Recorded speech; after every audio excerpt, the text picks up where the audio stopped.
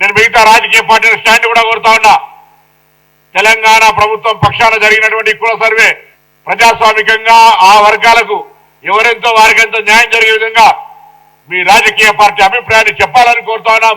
రేపు సభలో కూడా మీరు ఈ సందర్భంగా నిజంగా మాటలకే పరిమితం కాదు, బలహీన వర్గాల అభ్యున్నతి నిజంగా కావాలని వాస్తవికంగా కోరుకుంటే మీరు మీ యొక్క అభిప్రాయాన్ని బేషరతుగా చెప్పమని కోరుతా ఉన్నాం. ఒక బలహీన వర్గాల నాయకుడిగా మాటలకే పరిమితమై ఎదుటి వారిని విమర్శించడానికి ఉపయోగించుకొని అధికారంలో ఉన్నప్పుడు న్యాయం చేయక, రాజకీయ పార్టీగా ఇప్పుడు కూడా మీ దాంట్లో ఉన్నటువంటి వాటికి న్యాయం చేయక మాట్లాడితే ఎవరు చూస్తూ ఊరుకోవడానికి లేరు. బీసీలకు ఇన్ని సంవత్సరాల తర్వాత ఒక మార్గదర్శకత్వం వస్తా ఉంది.